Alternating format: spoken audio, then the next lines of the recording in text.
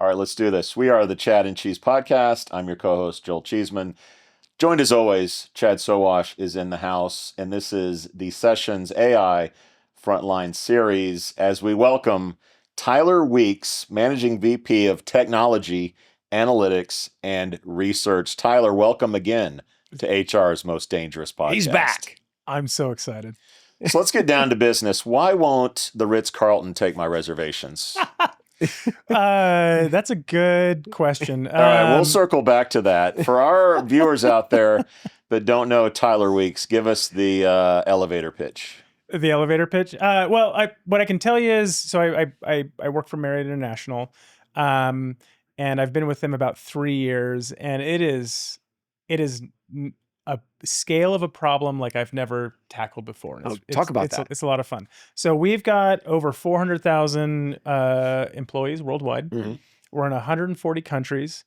The languages that we have to translate for, even just to issue a survey in the US, I have to translate about 40 languages, just given our workforce. Hello. If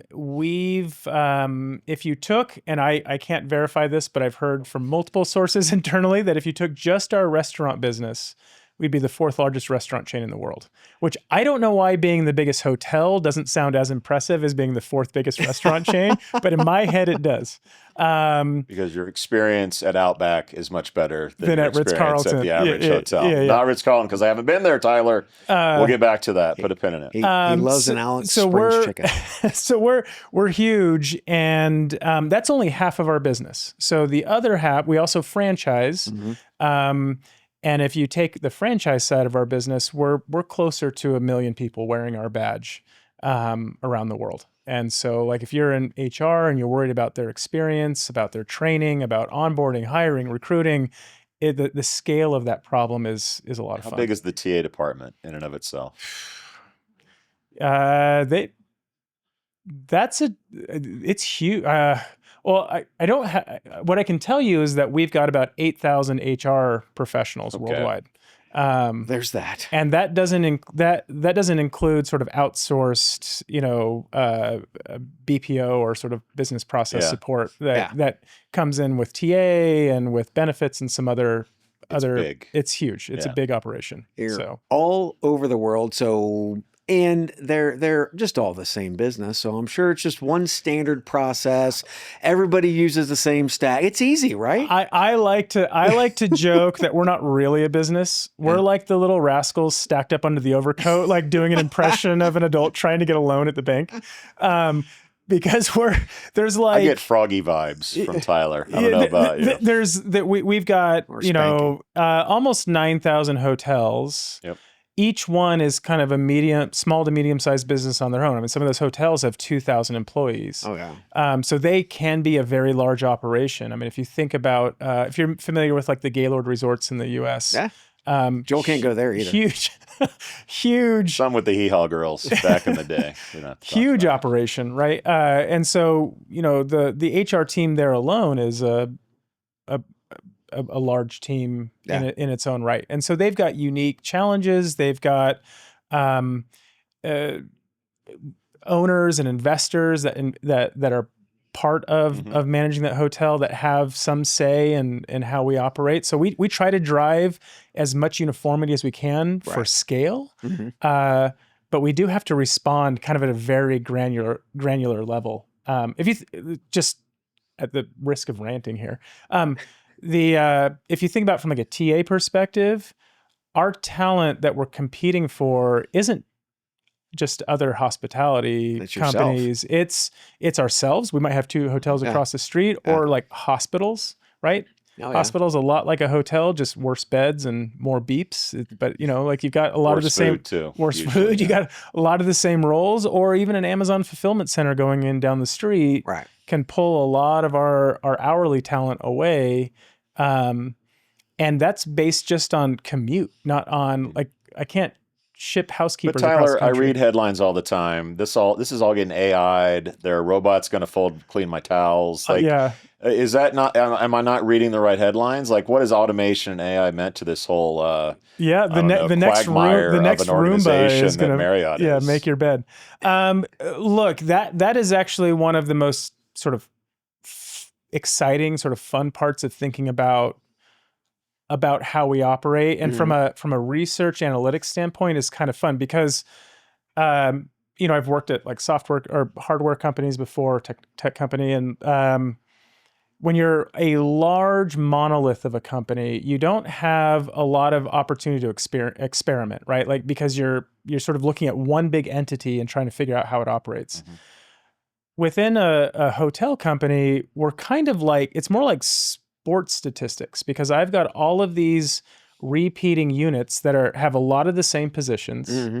And what's different is their context, like where they are, the brand, the size, Right. the political climate, all those things. And so we can look at all kinds of stuff about how those hotels are operating. And some of the things that the folks doing research on my team are looking at are some of that, like that interplay between how you even bundle roles together. Like, does it make sense to still have a bellhop be separate from concierge, be separate from, 8 other roles that are kind of doing similar things? Yeah.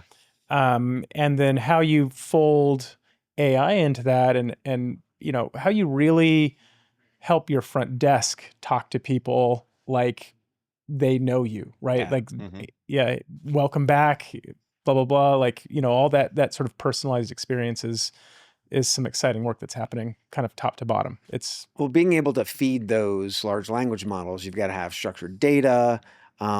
Is there a way that you can actually do that in aggregate, or do you do that country by country? How does that actually? How do you try to roll something out that big that's so compartmentalized? yeah, actually, that's where I feel like there's been so much focus on with the new AI models Mm-hmm. around chatbots. I think mostly because it was called Chat GPT. So it just sort of set the context and we just talk about chatbots. That and prompts. That's Yeah. kind of dominated the conversation around those two things. I think the less well sort of debated solution problem is knowledge management. It's always been a problem in HR, like documenting in TA, like documenting all your processes, local variation, making sure that it's actually real, like represents how people work. Yeah. This makes it 10 times more critical, because if somebody's going and asking, I need it to give the right answer. And I need to give the right answer in Brazil, not just kind of a generic answer that's Yeah. sort of roughly true The everywhere. nuance of the location. Exactly. In data and not anecdotes.